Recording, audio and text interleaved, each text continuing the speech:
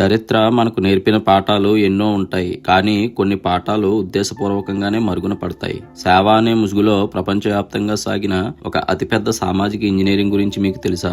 ప్రపంచంలోని పురాతన సంస్కృతులను, నాగరికతలను సమూలంగా మార్చేయడానికి మిషనరీలు అనుసరించిన వ్యూహాలేమిటి? భారతదేశం నుండి ఆఫ్రికా వరకు, దక్షిణ అమెరికా నుండి ఆగ్నేయాసియా వరకు వీరు అనుసరించిన అజెండా ఏమిటి? రాజీవ్ మల్హోత్రా రాసిన బ్రేకింగ్ ఇండియా, అరుణ్ శౌరి గారి మిషనరీస్ ఇన్ ఇండియా వంటి ప్రముఖ పుస్తకాల ఆధారంగా మిషనరీల మత మార్పిడిల వెనుక ఉన్న డార్క్ సైడ్ గురించి ఈ రోజు మనం లోతుగా చర్చిద్దాం.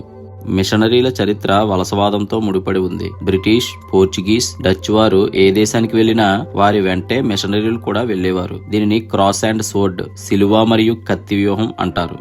ఒక దేశాన్ని ఆక్రమించాలంటే ముందుగా ఆ దేశ ప్రజల అస్తిత్వాన్ని, వారి ధర్మాన్ని బలహీనపరచాలి. భారతదేశంలో రాబర్ట్ కాల్ట్వెల్ వంటి వారు చేసిన పని ఇదే. వీరు ఆర్య ద్రావిడ సిద్ధాంతాన్ని పుట్టించి భారతీయులను రెండుగా విడదీశారు. తద్వారా హిందూ ధర్మంపై ద్వేషం పెంచి వారిని క్రైస్తవ మతం వైపు మళ్లించే ప్రయత్నం చేశారు. మేము పేదలకు సేవ చేయడానికి వచ్చాము, ఇది మిషనరీలు ప్రపంచానికి చెప్పే మాట. కానీ ఆ సేవ వెనుక ఉన్న అసలు లక్ష్యం మత మార్పిడి. దీనిని అరుణ్ శౌరి తన పుస్తకాల్లో ఆధారాలతో సహా వివరించారు.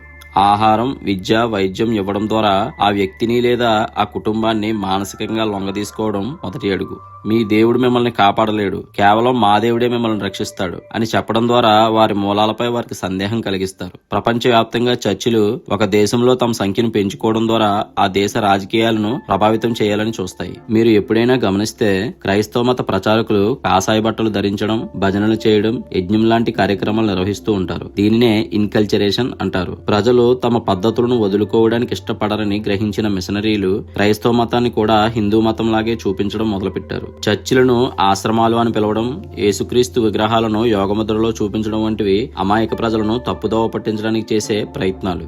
సీతారాం గోయల్ తన పుస్తకాల్లో దీనినే మేధోపరమైన దొంగతనం అని వర్ణించారు.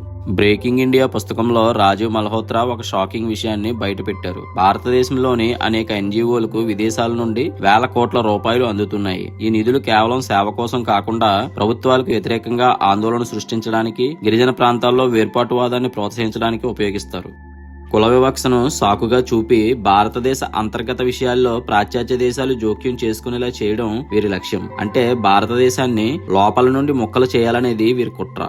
మా దగ్గర భూములు ఉండేవి, వారి దగ్గర బైబిల్ ఉండేది. కళ్ళు తెరిచి చూసేసరికి మా దగ్గర బైబిల్ ఉంది, వారి దగ్గర మా భూములు ఉన్నాయి అని ఆఫ్రికా ప్రజలు ఇప్పటికీ క్రైస్తవ మిషనరీల గురించి చెప్పుకుంటారు. భారతదేశ ఈశాన్య రాష్ట్రాలలో స్థానిక సంస్కృతులు మాయమై మిషనరీల పెత్తనం పెరిగిపోయింది. ఇది జాతీయ భద్రతకు ఒక పెద్ద సవాలుగా మారింది.